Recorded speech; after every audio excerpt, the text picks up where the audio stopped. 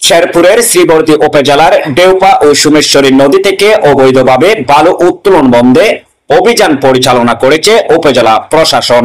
২৬ April উপজেলার সিঙ্গাবরুণা ইউনিয়নের ডেউপা নদীর চান্দাপাড়া ব্রিজ, মেগাডোল ব্রিজ, বাবেলাকোনা, হারিয়াকোনা, 0 পয়েন্ট, রানী শিমুল ইউনিয়নের বালিজুড়ি হাই স্কুল সংলগ্ন সোমেশ্বরী নদী ও বালিজুড়ি ব্রিজ এলাকায় বালুমহল ও মাটি ব্যবস্থাপনা সংশোধিত আইন ২০২৩ অনুযায়ী এই অভিযান পরিচালিত হয়।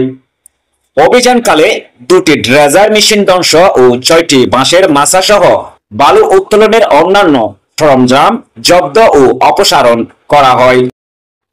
এই সময় শেরপুর জেলা প্রশাসক ও জেলা ম্যাজিস্ট্রেট তরফদার মাহমুদুর রহমান, অতিরিক্ত জেলা প্রশাসক শেখ জাহিদ হাসান প্রিন্স, শ্রীবর্দী উপজেলার নির্বাহী কর্মকর্তা শেখ জাবের আহমেদ, সহকারী কমিশনার ভূমি নাহিদুল হক সহ ইএনও ও অ্যাসিস্ট্যান্ট অফিসের স্টাফবৃন্দ, পুলিশ ও স্থানীয় জনসাধারণ উপস্থিত ছিলেন।